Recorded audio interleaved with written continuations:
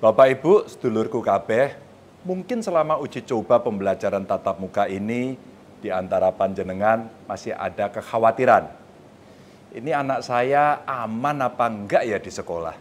Mungkin juga ada yang bertanya-tanya, nanti yang mantau anak saya siapa?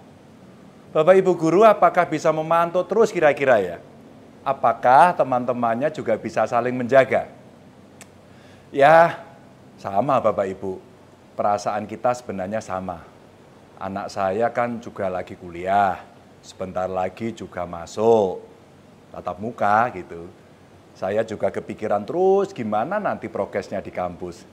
Dia teledor apa enggak, teman-temannya bagaimana, dosennya teledor apa enggak prokesnya.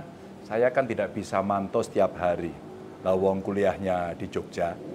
Karena saya juga ngrumangsani sebagai bapak, sebagai orang tua, maka saya, teman-teman bupati wali kota, para kepala dinas pendidikan, sampai pihak sekolah berusaha sebaik-baiknya agar putra-putri panjenengan tetap aman, tetap sehat, dan insya Allah semua akan berjalan dengan baik.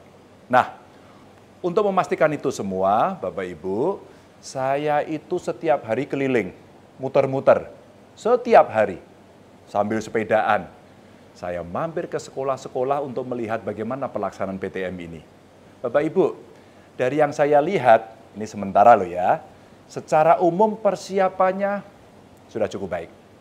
Sekolah menyediakan tempat cuci tangan dan pengecekan suhu tubuh, ya memang belum sempurna sih penataannya, masih ada beberapa catatan. Misalnya, beberapa sekolah tidak mengatur antrian di tempat cuci tangan. Yang seperti ini kan malah jadi titik kerumunan. Maka saya pesan kepada semua sekolah yang ada di Jawa Tengah agar pengaturan antrean ini harus jadi perhatian. Di area itu dikasih tanda saja, tanda antrean begitu. Nanti anak-anak maju satu persatu biar tidak berebut cuci tangannya. Sedangkan kalau di kelas-kelas, saya kira sudah bagus. Meja siswa sudah ditata dengan baik, ada jaraknya, bahkan ada yang diberi sekat transparan, pakai kaca, pakai plastik. Dan meskipun duduknya agak berjauhan, saya lihat anak-anak cukup nyaman. Saya tanya juga kepada anak-anak itu, senang mana? Belajar di sekolah atau di rumah? Mereka menjawab, suka di sekolah Pak, bisa bertemu teman-teman. Kalau di rumah, suka nggak mudeng pelajarannya, begitu katanya. Dan saya kira bukan hanya anak-anak ya, para orang tua juga sebenarnya senang. Wong sudah banyak yang stres kan, karena tiap hari dampingi anak belajar daring. Nah, kalau di dalam kelas sudah bagus, saya pesen yang di luar kelas juga harus diawasi. Anak-anak diberi pengertian agar tidak main-main secara berkerumun. Terutama anak-anak PAUD dan TK yang saya yakin pasti susah banget ngaturnya. Pasti ini tidak mudah.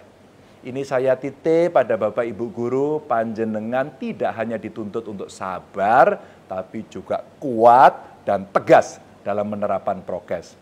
Ada cerita menarik dari guru TK di Gubuk Grobogan. Namanya Bu Sri Atika. Bukan, Bu Sri Ati. Saya ingat terus Bu Guru yang satu ini, Bu Atik. Namanya itu ya mirip sama nama istri saya. Ketika ngobrol di webinar, beliau cerita betapa susahnya mengatur prokes di TK. Ternyata bukan hanya ngatur prokes anak-anak yang susah, orang tuanya juga ngeyel-ngeyel pol. Sudah diberitahu bahwa anaknya tidak usah ditunggu, tetap saja nunggu di dalam kelas. Tidak pakai masker lagi. Ya wes, Bu Ati ini gualai metu. Yang ngeyel-ngeyel nggak pakai masker, itu disuruh pulang. Menurut saya keren juga Ibu Ati ini. Ya memang harus tegas seperti begitu. Dan Bapak Ibu mesti ikuti nih Bu Ati ini. Demi apa? Demi keselamatan. Jangan sampai apa yang sudah kita ikhtiarkan bersama malah menjadi memolo bagi kita semua.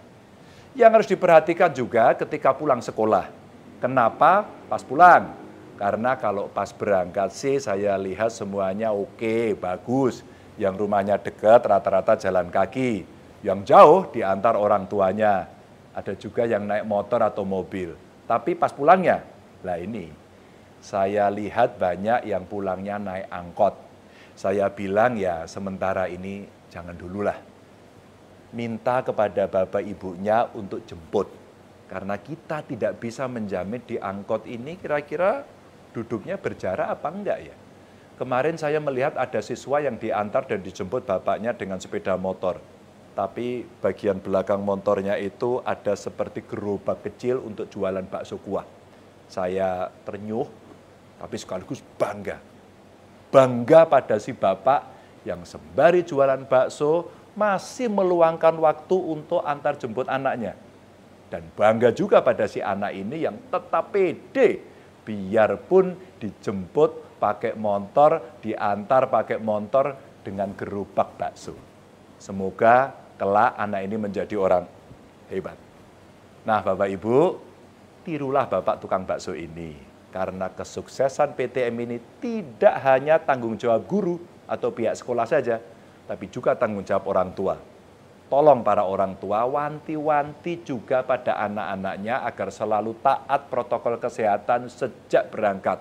Selama berada di sekolah, sampai nanti perjalanan dia pulang sampai di rumah. Siswa SMA dan SMK yang biasanya naik kendaraan sendiri, itu yang diperingatkan agar langsung pulang, jangan main-main dulu. Salah-salah nanti kena COVID bukan di sekolah, tapi malah kenanya di tongkrongan. Sebagian orang tua, saya tahu juga sudah menerapkan hal ini. Kemarin ketika saya berkunjung ke SD di Gunung Pati, Semarang.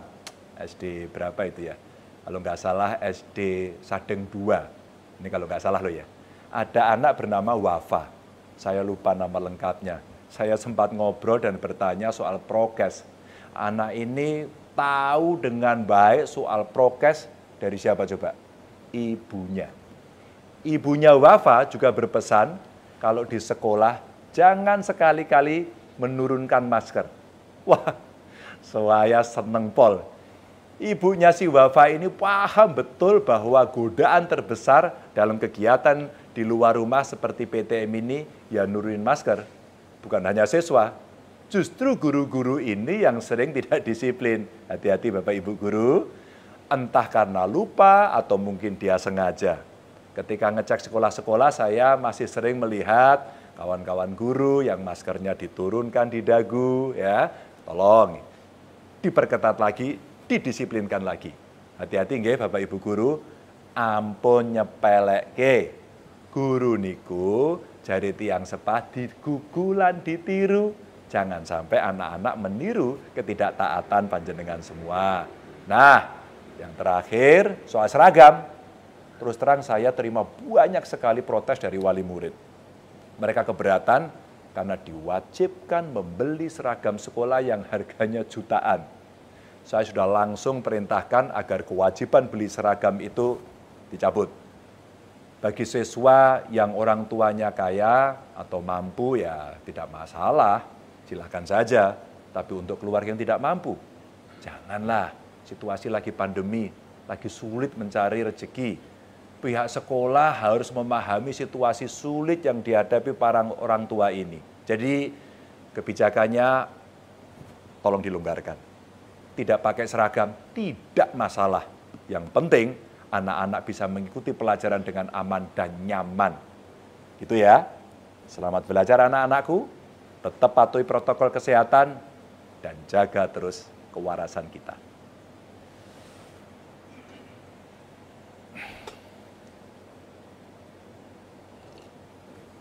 Weh panas.